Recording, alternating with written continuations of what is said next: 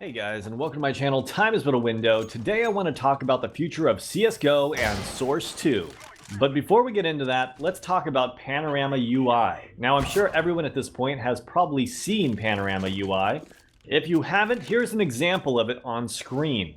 This is considered the most recent major update at this point. Now, while there is a lot of hype behind this, I'm honestly not entirely sure why. In a couple ways, it does make everything look a little bit more modern, but compared to the updates we were getting from 1 or 2 years ago, I'm feeling a bit unimpressed. Though I was definitely happy to hear that Panorama UI did improve frame rates for the majority of people. Sadly, it didn't improve it for everyone, but in some of those cases, there is actually a reason behind that. It turns out when you enable Panorama UI, in some cases it disables multi-core rendering. Luckily, this is an easy fix that you can see right here. Just go over to these video settings, scroll down to multi-core rendering, and make sure it does not say disabled and says enabled instead. Now, if this was already enabled or enabling this doesn't help, well, I guess you could just say that you are screwed. For now, Panorama UI is the future and it's not going away anytime soon. Still though, how much new life can a simple UI overhaul really bring to a 6-year-old game? Definitely not even anywhere near what a new operation could bring. While the operations weren't completely game-changing, they did add a nice diversion from typical standard gameplay. Panorama UI feels a bit out of place being implemented back here on the Source engine, and it feels like it should have been implemented when the game decided to be ported over to the Source 2 engine. Ah yes, let's start talking about that. Consider back that in April 2017, there were leaks about porting Counter-Strike to the Source 2 engine.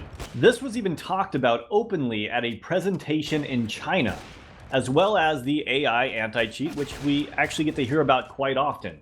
On the other hand, development on Source 2 has been relatively silent. Which is strange because only a year ago there were even conversations where they were talking about how movements and nades may be different because of how the engine handles different mechanics like physics. Or even what was going to happen to all the skins we already own. For the most part, the assumption is that they'll be ported over to the new engine. Regardless of what they end up choosing to do, there are loads of improvements that could be gained from using the updated Source 2 engine, as well as a major graphical overhaul. Keep in mind, the engine we're using is about 14 or 15 years old right now. And when it comes to technology, that's a lifetime. So what exactly happened to porting the game over to Source 2? Well, the short answer is we don't know. What we definitely do know is that they decided to move forward with the AI anti-cheat, as stated at the presentation in China, which means they most likely were continuing to move forward with the Source 2 engine as well. In fact, we can see them actually using the Source 2 engine to build the map Dust 2. The remade version of Dust 2 was originally built in the Source 2 engine and then ported back over to the Source engine. This is really odd and counterproductive when you think about it.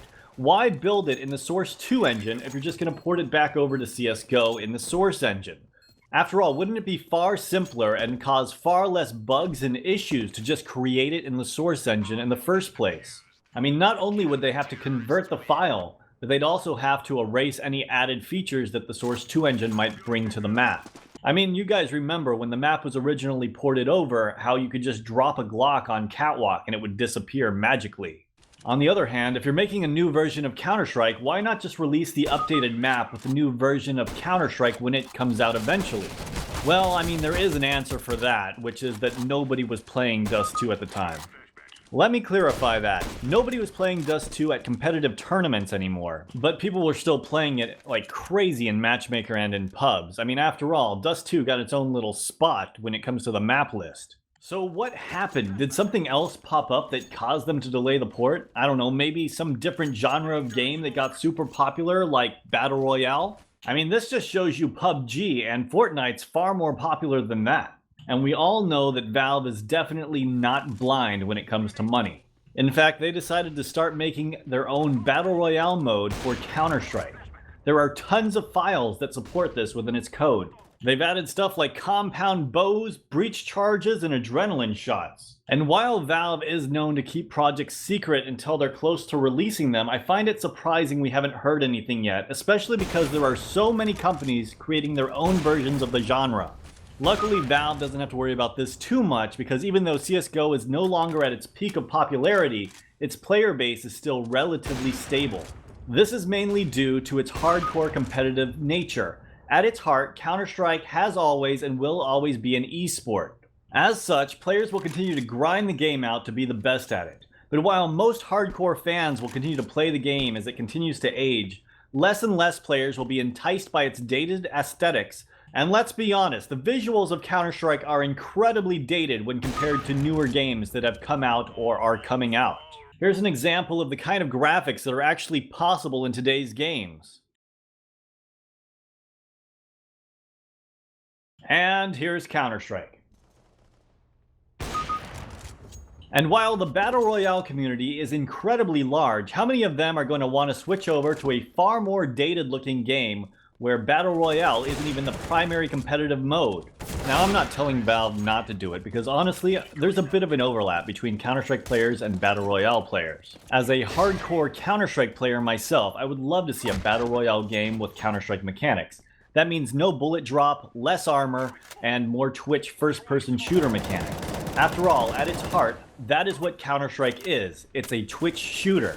I know a lot of people are going to hear this and think that I'm absolutely crazy, but this needs to appeal to Counter-Strike players first and everybody else second. As I mentioned prior, there is an area where Counter-Strike players and Battle Royale gamers overlap, but if Valve decides to just build PUBG again, those players will have no reason to switch over from their current game. However, what is missing from the space is a Battle Royale game with pure Counter-Strike mechanics. Another mode where we can continue to practice the game we love by playing it in different ways. After all, if Valve is going to be doing this, it's just supposed to be a different mode, not an entirely different game. Still though, as I mentioned earlier, the game's numbers are relatively stable. But until it's graphically overhauled, less and less new players will come into it, while more old players lose interest and move away from it.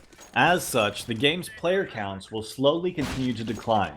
What worries me the most about Valve is that they have a bad habit of starting projects and not finishing them. This goes a lot deeper than just Half-Life 3 though.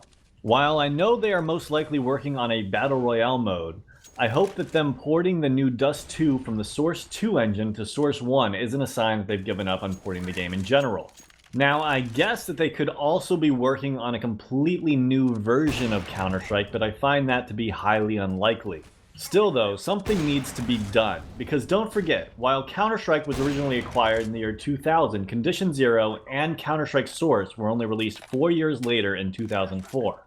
And while the Source engine has been very resilient, with the next version of Counter-Strike not being released for another 8 years in 2012, it has already been another 6 years since then. So given we've been using the Source engine for the past 14 years for Counter-Strike, I'd say it's about time for an upgrade. Anyways guys, that's all I wanted to talk about for now. Let me know if you guys enjoyed this video and if you'd like to see more stuff like this in the future. As always, let me know what you guys think in the comments down below, and I hope you guys have a great day.